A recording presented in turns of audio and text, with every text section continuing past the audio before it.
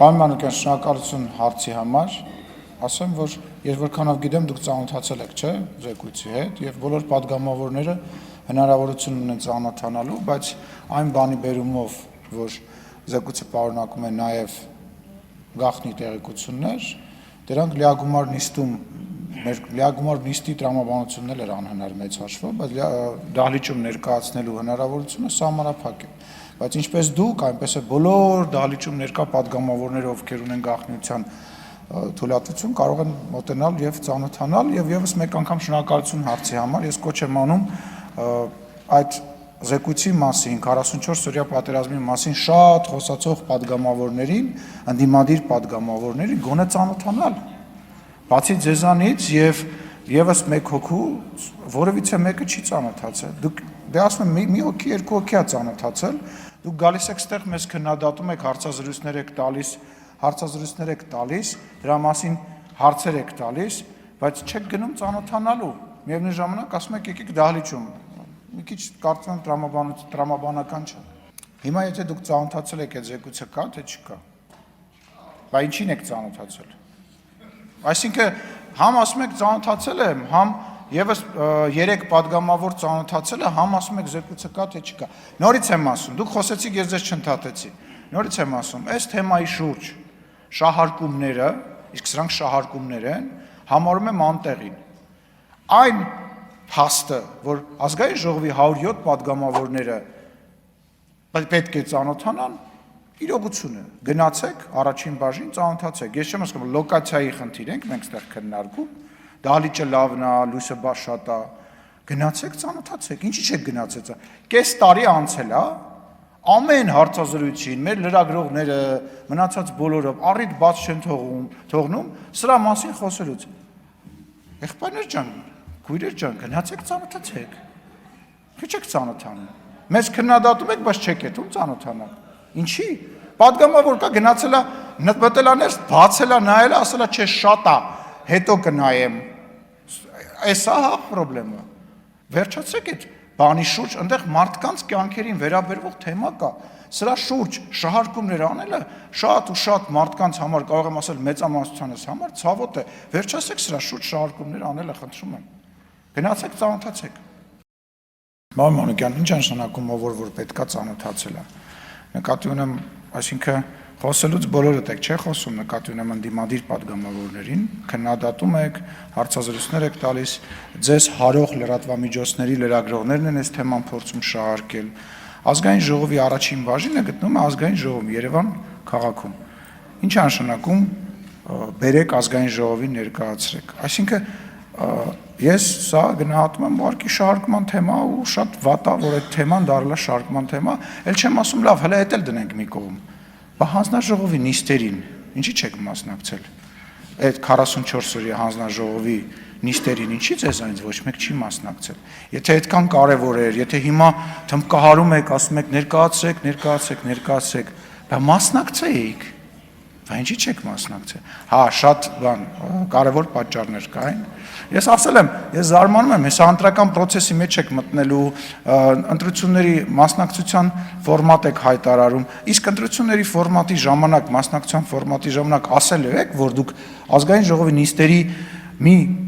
մեծ մասին նիստերի դահլիճ չեք եկել։ Ասելու եք, որ դուք հանձնաժողովներում ձեր ներկայացուցիչները չունեք եւ չեք մասնակցել, որ փոխնախագահի պաշտոնը ունեք, չեք մասնակցել։ Այսինքն գնալու եք մարդկանց ինչ ասեք, ասելու եք ընտրեք մեզ, որ մենք նորից նիստերի դահլիճ չգնանք, որպես հանձնաժողովների բաներ նախագահությունը եւ փոխնախագահները չվերցնենք, ինչ եք ասելու։ Այս նույն տրամաբանության մեջ անում եք 44-օրյա պատերազմի այդ քննիչ հանձնաժողովի խոսակցությունը։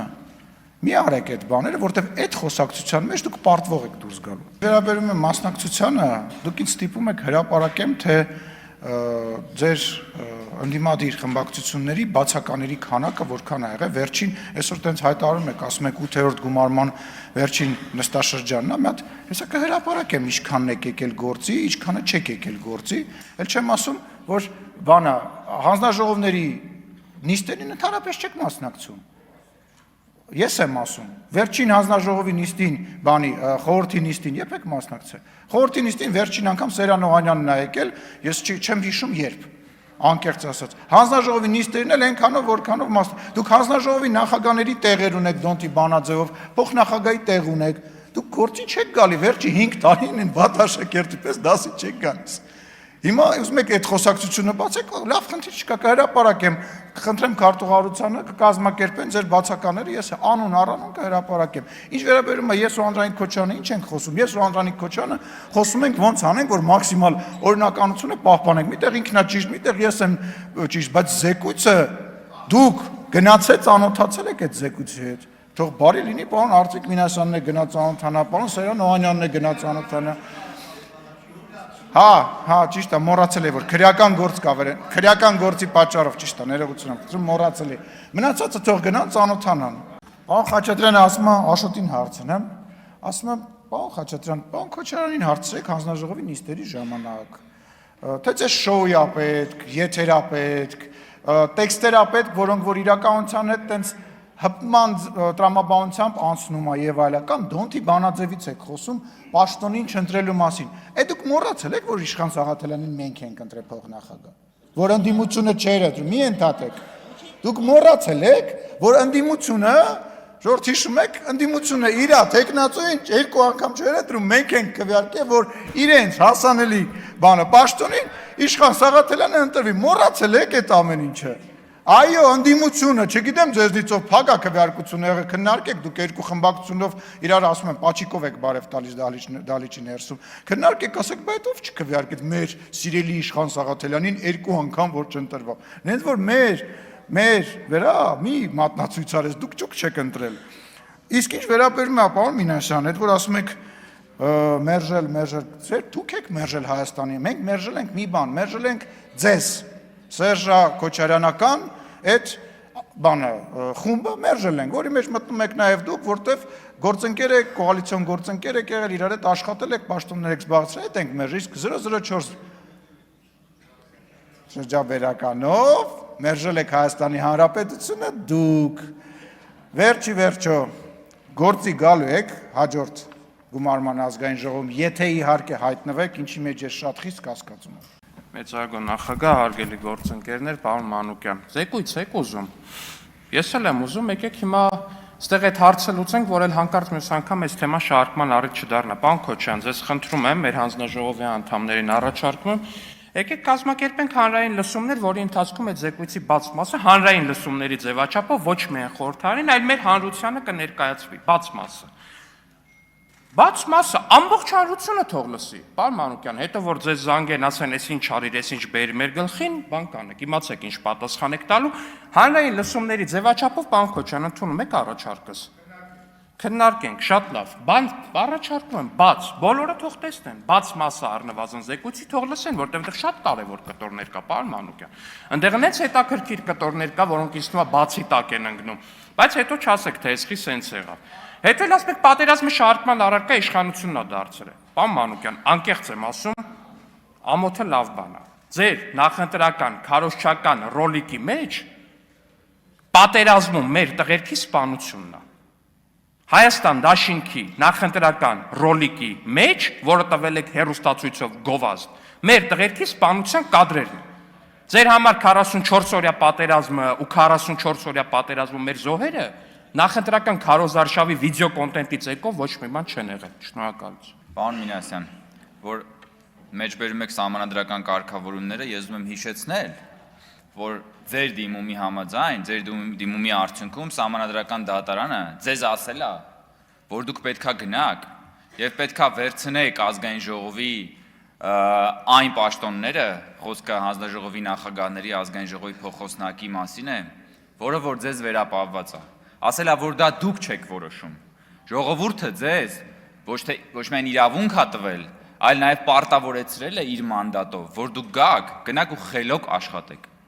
Սահմանադրական դատարանի որոշումը դրա մասին է, որ դուք պիտի գաք ու խելոք աշխատեք ու ոչ թե գաք, ասեք, այ եթե ԿՊ-ն մեր ուզած տեխնացուին չի ընտրում,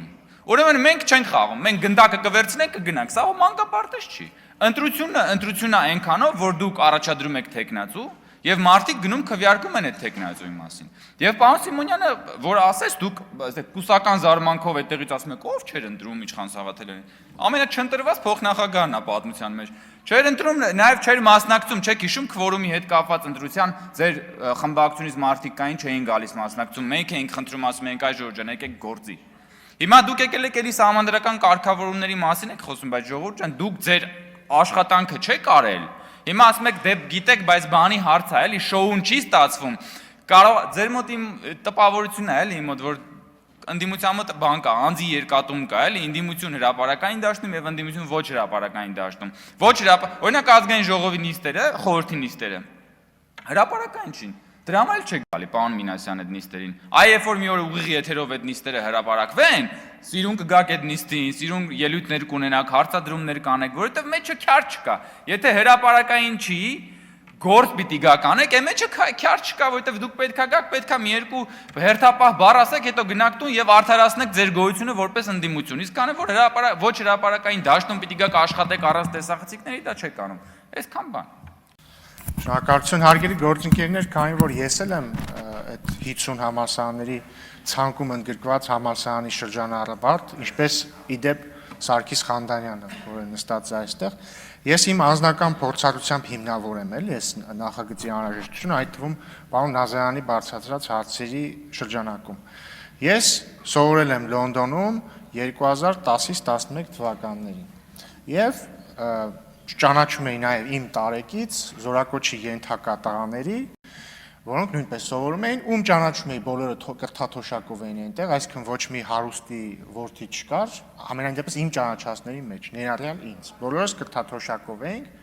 եւ արդյունքում իմ ճանաչածներից միակ ծառայածը եղա ես։ Միակ մարդը, ով եկավ ծառայից, ես էի, սա չեմ ասում, որ ես լավն եմ մյուսները, բանն եմ ասում, էլի, այսինքն իմ ճանաչած պայմանական 10 հոգի էի ճանաչում, 10-ից մեկն է ծառայել։ Մյուսները ինչ են արել։ Մի մասը, ինչպես պարոն Սարգսյանը ճիշտ նշեց, ընդունվել են ասպիրանտուրա, նույն օրինակ համալսարանում կամ այլ համալսարանում Անգլիայում եւ դրա հիմքով ազատվել են։ Մի մասը հետ են եկել, բայց որովհետեւ իրանք զորակոչային տարիքի չէին, օրինակ տարիքով բարձր մարդիկ կան։ Մի մասը ընդհանրապես հետ չեն եկել։ Հիմա մենք ունենք մեծ մասը հետ չեն եկել իդեպ։ Որովհետև տենց է, մարդ գնում է Անգլիայում է, սովորեց, համալսարանը ավարտեց, մանավանդ եթե այնտեղ ասպիրանտուրա է ընդունվում կամ ինչ որ այլ կերպ բանակից ազատվում է, այնտեղ արդեն իր կյանքը պատկերացնում եւ տենց գնում է առաջ։ Եվ արդյունքում մենք ինչ ենք ունենում։ Ունենում ենք մի իրավիճակ, երբ որ մեր երկիրը, որը մասնագետների կարիք ունի, չի ունենում այդ մասնագետներին։ Այսինքն ով որ գնում է 50 լավագույն համալսարան ավարտում է, իրանց մեծ մասը չի գալիս Հայաստան, ուղղակի կորցնում ենք իրանց։ Այս նախագիծը հնարավորություն է տալիս, որպեսզի ոչ միայն այդ մարդկանց չկորցնենք, այլ նաև իրանց ներուժը օգտագործենք։ Այդքան պարզ բան է, եւ նաև լավ, ժամանակ ավարտվեց, այսքան շնորհակալություն։ Շնորհակալություն հարգելի գործընկերներ, ձեզ եմ ներկայացնում Հայաստանի Հանրապետության տոների եւ հիշատակի օրի մասին, Հայաստանի Հանրապետության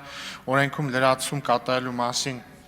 նախագիծը, ինչ է առաջարկվում, առաջարկվում է հունվարի 27-ը սահմանել որպես հայրենիքի պաշտպանության համար զոհվածների հիշատակի օր եւ ոչ աշխատանքային օր սահմանել այդ օրը։ Երկրորդ ընթերցման ընթացքում միայն մեկ բան է փոխվել, օրենքը ուժի մեջ կմտնի ոչ թե պաշտոնական հրապարակման օրվան հաջորդող 10-րդ օրը, այլ անմիջապես։ Քանի որ եւ նաեւ հիշեցնեմ, որ նախագիծը հիմնված է հայրենիքի պաշտպանության համար զոհվածների հիշատակը հավերժացնելու մասին 2000 թվականի օրենքի վրա, որը սահմանում է, որ հայրենիքի պաշտպանության համար զոհվածների հիշատակի հավերժացման հիմնական ձևերից մեկը հիշարժան օրերի եւ համապետական հիշատակի օրվա ընդունումն է, եւ նման համապետական հիշատակի օր մենք մինչ այս պահը չենք ունեցել, բայց կարծում ենք, որ հաշվի առնելով, որ անհրաժեշտ է նման օր ունենալ, որպեսզի հիշատակենք բոլոր ժամանակներում հայրենիքի պաշտպանության համար զոհվածներին, հաշվի առնելով նաև վերջին տարիների իրադարձությունները, այն զոհերը, որ մենք ունեցել ենք, հաշվի առնելով նաև հաստատված խաղաղությունը եւ այն փաստը, որ զոհերին հիշատակելու լավագույն ձևը խաղաղ եւ բարեկեցիկ ապրելն է, մենք կարծում ենք, որ եկել է ժամանակը նրան նման օր սահմանելու վերաբերյալ։ Հատուկ անդրադառնամ ընտրված ամսաթվին, որտեղ կարծես թե քննարկումների մեծ մասը դրան են վերաբերում, ինչու ենք մենք ընտրել հունվարի 27-ը, մի պարզ պատճառով։ Նախ մենք չենք ուզեցել ընտրել որևէ օր, որը որևէ մեկ ռազմական իրադարձության հետ է կապված, որովհետև անխուսափելիորեն հարց կառաջանար ինչու այս օրը եւ ոչ մյուս օրը, եւ հետեւաբար անհրաժեշտություն էր առաջացել ընտրել օր, որը կապ չունի որևէ կոնկրետ իրադարձության հետ, բայց նաև անհրաժեշտ էր ընտրել օր, որը որոշակի խորհուրդ կունենա իր մեջ, եւ մենք ընտրեցինք հունվարի 27-ը, որովհետեւ հետաքրքիր եւ հարգելի գործընկերներ, խնդրում եմ մի էլի խանգարեք ինձ։ Մտքից թելը կտրվեց։ Եվ հա ինչի ընտրեցինք հունվարի 27-ը, որովհետև իր մեջ խորհուրդ ունի, որ հունվարի 28-ը բանակի օրն է, իսկ հունվարի 27-ը դրան նախորդող օրն է, եւ այսպիսով մենք հունվարի 27-ին կհիշատակենք եւ կհիշենք եւ կխոնարհվենք հայրենիքի պաշտպանության համար զոհվածների առաջ, իսկ հունվարի 28-ին արդեն որպես շարունակվող կյանքի խորհրդանիշ կտոնենք բանակի օրը։ Ինձ դուր է գալիս ինչպես է պարոն Գեգամ Նազարյանը ձևակերպում, որ առաջին օրը կհիշենք մեր երկնային բանակը, հաջորդ օրը մեր երկրային բանակը։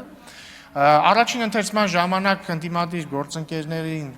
դուր չէր գալիս մեր ընտրած օրը, ինձ համար անհասկանալի պատճառներով, բայց ամեն դեպքում մենք պատրաստակամություն հայտնեցինք փորձել գալ կոնսենսուսի որևէ օրվա շուրջ։ Այս ընթացքում ես մի քանի տարբերակներ առաջարկել եմ, ընդ որում երբ որ ասում եմ առաջարկել եմ, նկատի ունեմ առաջարկել եմ բոլոր կողմերին, առաջարկել եմ պարոն Նազարյանին որպես համահեղինակ, ընդդիմությանը, քաղաքացիական պայմանագրին։ Մի քանի տարբերակներ եղել են, օրինակ օգոստոսի մեջ մի օր եմ առաջարկել եմ Խաչվերած տոնի հաջորդող մեռելոցի օրը սահմանել, բայց տարբեր օրեր, տարբեր մարդկանց, տարբեր հիմնավորումներով ընդունելի չի եղել եւ հասկանալով, որ հնարավոր չի ընտրել մեկ օր, որը բոլորին ազգային ժողովում կբավարարի, մենք վերադարձել ենք նախնական մեր առաջարկած օրվան, որը կարծում ենք ամենատրամաբանականն է։ Անդրադառնալով բովանդակությանը, ես ուզում եմ կրկին նշել, որ ես կարծում եմ, որ սա այն նախագծերից է, որ արժե եւ պետք է որպեսզի ազգային ժողովն ընդունի կոնսենսուսով։ Այսօր նստաշրջանն էր բացվում եւ երբ որ հնչում էր Հայաստանի օրհներգը եւ բոլորս բնականաբար ոտքի կանգնեցինք, ես ինձ բռնացեցի այն մտքի վրա, որ այնքան քիչ բաներ են մնացել, որ միավորում են մեզ։ Այսինքն այնքան քիչ բան կա, որի ընթացքում մենք բոլորս օրինակ ոտքի ենք կանգնում կամ բոլորս ծափ ենք տալիս եւ իրախություն բոլորիս իհարկե օրհներգը դրանցից մեկն է, բայց ի տխրություն բոլորիս շատ քիչ բաներ են մնացել այդպես, եւ ես առաջարկում եմ չքաղաքականացնել այս նախագիծը եւ բոլորով կողմ քվեարկել, որովհետեւ ինչպես ասել եմ հանձնաժողովի նիստում, մենք ուզում ենք սահմանել օր, երբ որ ԿՊԵ-ականը կխոնարհվի հայրենիքի պաշտպանության համար զոհված դաշնակցականի շիրիմի առաջ, դաշնակցականը կխոնարհվի Հայաստանի պաշտպանության համար, հայրենիքի պաշտպանության համար զոհված ԿՊԵ-ականի շիրիմի առաջ եւ այսպես շարունակ։ Սա է, ցավոք հարցեր չեն կարող լինել, որովհետեւ երկրորդ ընթերցումն է, բայց ելույթներով հուսով եմ նորմալ կստացվի, շնորհակալ։ Սիրելի հայրենակիցներ, այսօր շատ կարևոր օր է մեր պետության համար։ Մենք աստիճանաբար սովորում ենք եւ նոր ենք հասկանում, թե ինչ է պետությունը եւ պետությունը ինչ պետք է ունենա, ինչ պետք է անի։ Այնպես որ այսօր մենք մի բաց ենք լրացնում, մենք ունենք օրեր նույնիսկ մի քանի, երբ որ մենք հարգում ենք երկրաշարժի զոհերի հիշատակը, տարբեր ցեղասպանությունների հիշատակը, բայց քանի որ մենք պետություն չենք ունեցել, հարյուրամյակներ, մենք չունենք ու չէինք էլ զարմանում, թե ինչի մենք օր չունենք, որ այդ օրը խոնարհվենք մեր 4500 տարվա պատմության ընթացքում Հայաստանի համար զոհված զինվորների այն տղերքի, որոնք այդ պահին եղել են 18 տարեկան, 20 տարեկան, 30 տարեկան, բայց իրենց ամենաթանկը երկրային կյանքը նվիրել են այս երկրին, այս ժողովրդին։ Մենք պետք է սովորենք մշտական շնորհակալություն հայտնենք այս տղաներին,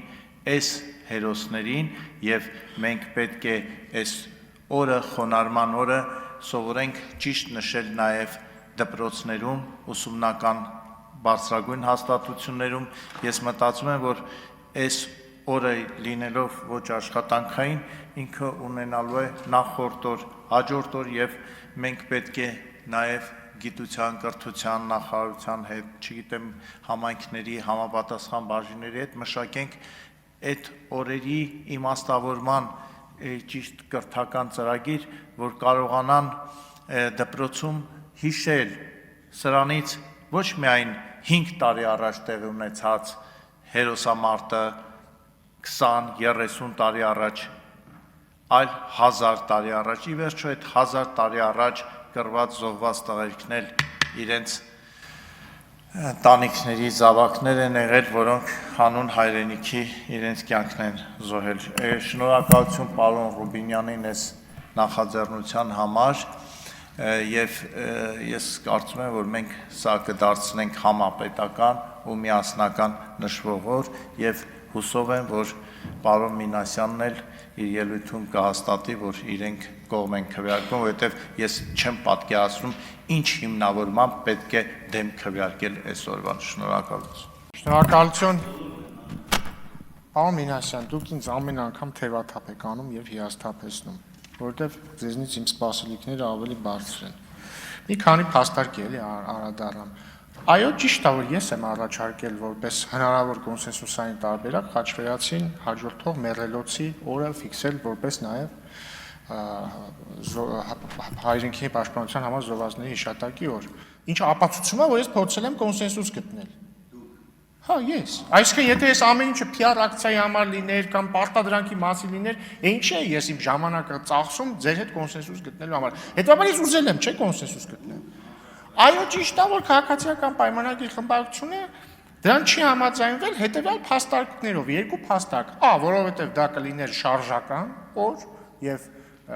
գործընկերները կարծում են, որ պետք չի լինի շարժական, պետք է ֆիքսված լինի, եւ ավելի կարեւոր գործընկերները կարծում են, որ այդպիսով կարծում են, որ Խաչվերացին հաջորդող մեռելոցը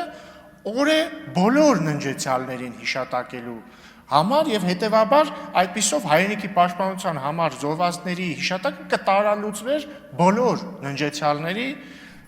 հիշատակը հարգելու օրվա հետ։ Այլ կերպ ասած, եթե պայմանական ես եւ դուք, պարոն Մինասյան, մի օր ննջեցյալ դառնանք առանց հայրենիքի պաշտպանության համար զոհվելու, ավտոմատ մեզ էլ կհիշատակեն այդ օրը, ինչին մենք չենք արժանացել։ Ներողություն ձեր վրա օրինակ բերելու համար։ Հաջորդը, ինչ վերաբերում է հունվարի 27-ին։ Ես իրոք չեմ հասկանում, ասում եք թիրախը բանակն է։ Ինչով է թիրախը բանակ։ Պարոն Մինասյան, հայրենիքի պաշտպանության համար զոհվածների գերակշիռ մեծամասնությունը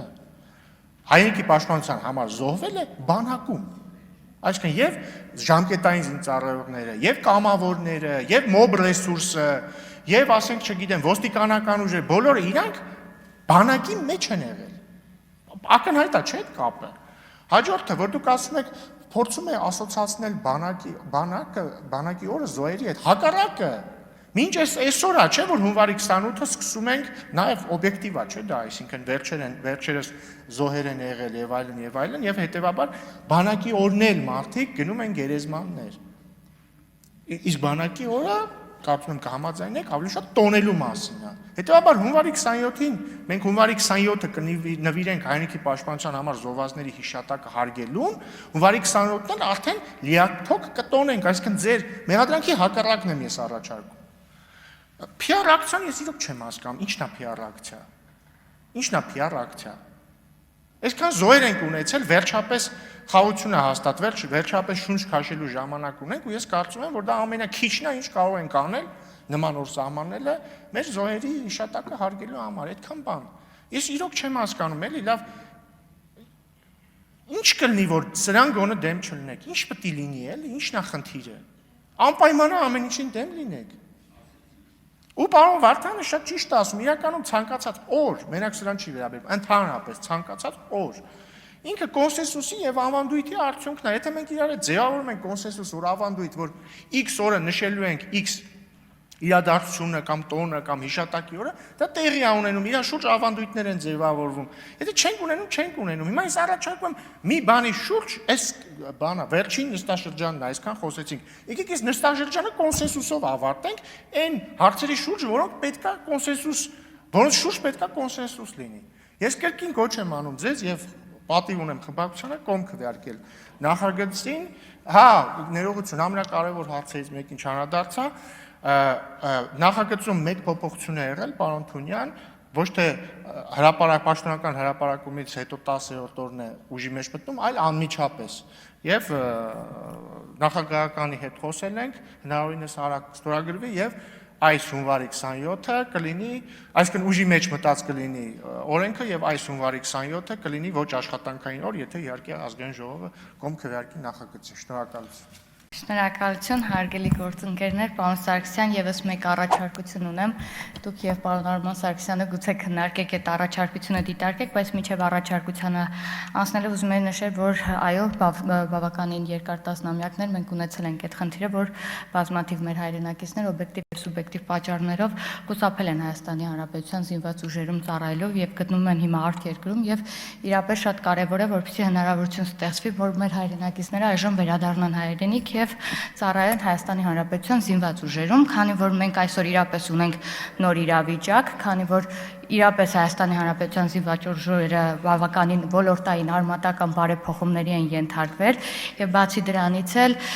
խաղաղությունը, որ ամենակարևոր ձեռքբերումն է մենք այսօր ունենք, այսօր մեր Հայաստանի Հանրապետության տղաները ծառայում են իրապես խաղաղ պայմաններում եւ դա ամենակարևորն է եւ ավելի գրավիչ է դարձնում Հայաստանի Հանրապետության զինված ուժերում ծառայելը եւ ես ուզում եմ հորդորել նաեւ մեր հայրենակիցներին, որ անպայման օգտվել օրենքից, վերադառնալ հայրենիք եւ մտքում ունենալ անպայման առաջին հերթին ծառայելը, բայց ասնեմ առաջարկից նախագծով նախատեսված այդ 24 ամիս եւ 15 միլիոն։ Ես կարծում եմ, որ մենք քան որ անցել ենք 1.5 տարի ծառայության, եւս այս պայմանը եւս դիտարկել 24 ամիսը 1 տարի 8 ամիս նայել, որովհետեւ տեսեք, եթե արդարության տեսակետից էլ նայենք, այսօր զինվորները ծառայում են 1 տարի 8 ամիս, ծառայում են հենց այն տղաների հետ, ովքեր ամեն դեպքում 24 ամիս ծառայում են։ Խնդրում եմ այս առաջարկս անպայման քննարկել։ Շնորհակալ եմ։ Ես իրական ելույթ չեմ ունենա, եթե ես վատ ավանդույթ ու ես վերաբերմունքը պետության հանդեպ չլսեի, չտեսնեի, հատկապես այսօր օրինակ Լիլիթ Գալստյանի օրինակով, որ մարդը զուգահեռատանում եկեղեցապատկան գույք եւ պետականապատկան գույք։ Այսինքն ուզում եք ասեք, որ կրոնական կառույց, իսկ մենք խոսում ենք պատկանելիությունից եւ հետեւաբար իրավաբանական լեզվով եւ իրավաբանական մարմինների հետ ենք առնչություն ունենք, որ եկեղեցին որպես իրավաբանական անձ եւ պետությունը որպես արդեն պետություն, որը ժողովրդինն է, ոչ թե մենք ենք, որ ասում ենք մենք էլ ձեզ չենք վստահում, այսինքն պետությանը չեք վստահում։ Ես ես ասեմ, որ այդ պետությունը ձևավորվում է ժողովրդի կամքով։ Այ եկեղեցու իշխող կամ եկեղեցու կառավարող այդ տնօրենը ով է, ոնց է նշանակվում, մյուսը դուք ավելի եք վստահում այդպես մասնավոր կամ ինչ-որ հանրային բանի կառույցի, հա, կրոնական կամ հանրային կառույցի, որը ունի իրան տնօրեն, որը նշանակում է ոչ ժողովրդի կողմից, որի վրա որևիցե լծակ չունի ժողովուրդը, եւ պետությունը բերում եք նույն զուգահեռի մեջ, եք դրում, այսինքն միշտ եք վերաբերում ժողովրդին։ Դրա համար ժողովրդի կողմից օրինակ ընդունված, ընտրված վարչապետի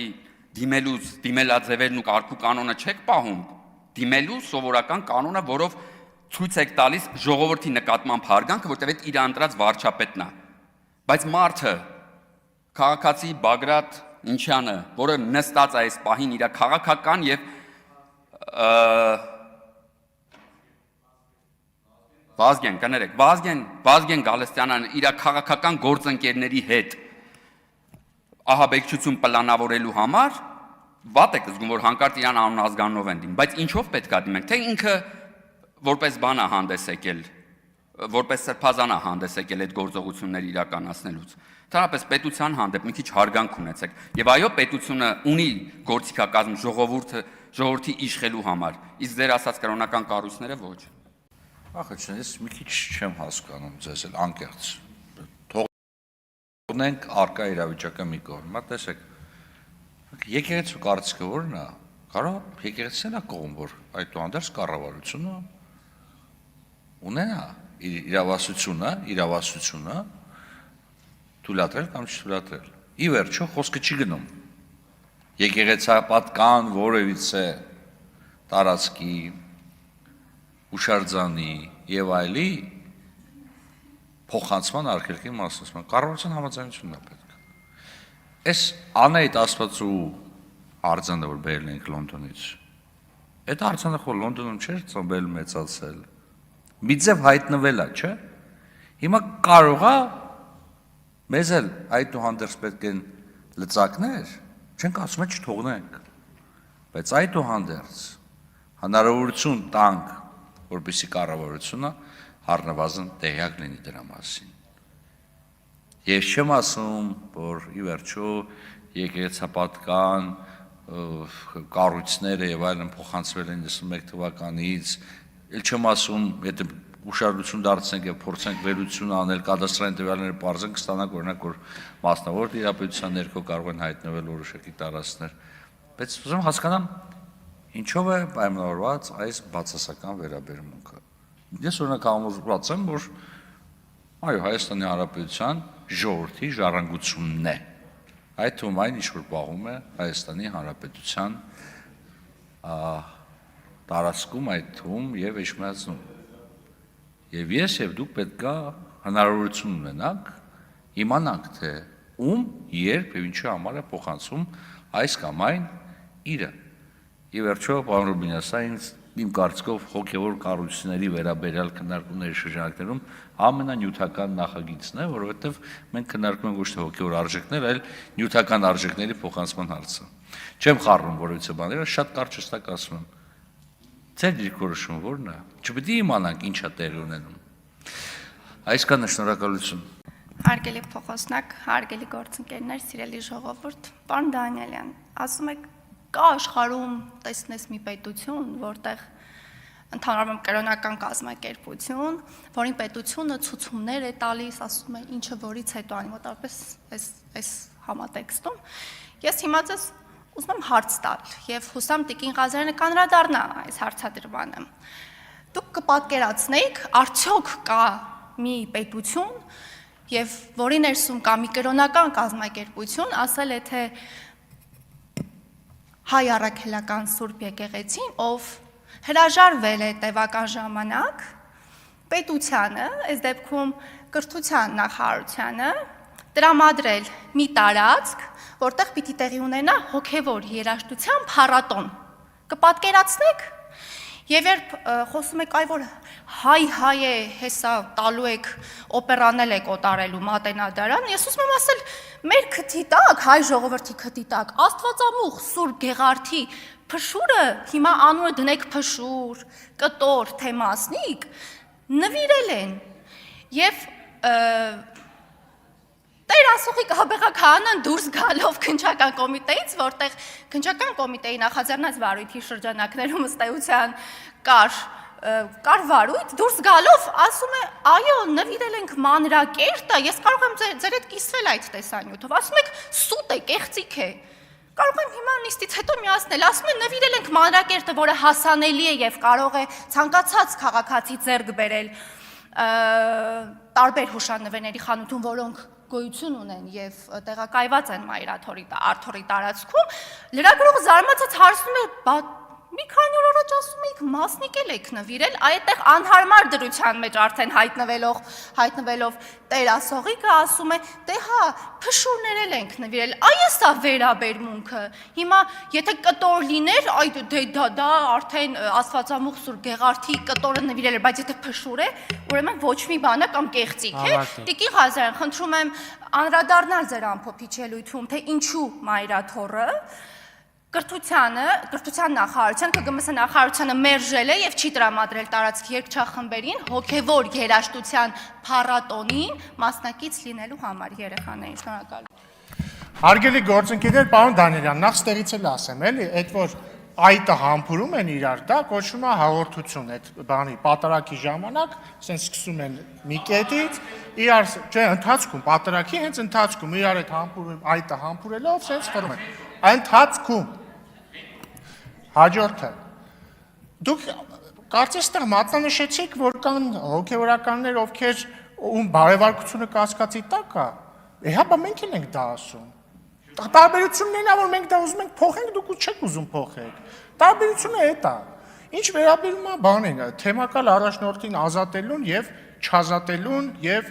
դրա վերաբերյալ դատական գործին։ Այո, պետությունն ու եկեղեցին անջատեն, բայց դա չի նշանակում, որ եկեղեցին օրենքից դուրս է կամ հոգևորականները օրենքից դուրս են, որովհետև բացի հոգևոր ծառայությունից իրանց մեջ նաև աշխատանքային հարաբերություններ կան, որոնք կարգավորվում են օրենքով։ Այսինքն, իրանք ընդդատյա են։ Թե չէ հակառակ դեպքում կասեք, հա X հոգևորականը մեկին սպանել չեն կարող դատել, որովհետև բանա, պետությունը անջատ է եկեղեցուց, դա աբսուրդ է։ Հաջորդը, բայց վերադառնանք բանին, էլի մեր քննարկմանը։ Ինչ է Տիկին Ղազարյանի փաստարկը։ Փաստարկը հետևյալն է, ասում է, մենք ուզում ենք օրենքով կարգավորել եւ խուսափել մի իրավիճակից, երբ որ պայմանական եկեղեցու գլխին գտնվող մարդը, այսօր դա դե ֆակտո դեռ Կտրիչ Ներսյանն է, չնայած ինքը կաթողիկոս չի։ Կարող է որը չէ, Կտրիչ Ներսյան։ Կարող է ինքը որոշի եկեղեցու որևէ մայրաթորին պատկանող որևէ պատմական հուշարձան նվիրի ինչ-որ մեկին։ Դա պետք է կանխել, որովհետև հուշարձանները բոլորի սեփականությունն են։ Հարցը առաջանում, իսկ ինչու պիտի նման բան որոշի, պատասխան նույն ձև, ոնց որ որոշել է Սուրբ Մասունք Գեղարդից փշուր կտրի սենց ու նվիրի կարևոր չի ում։ Ու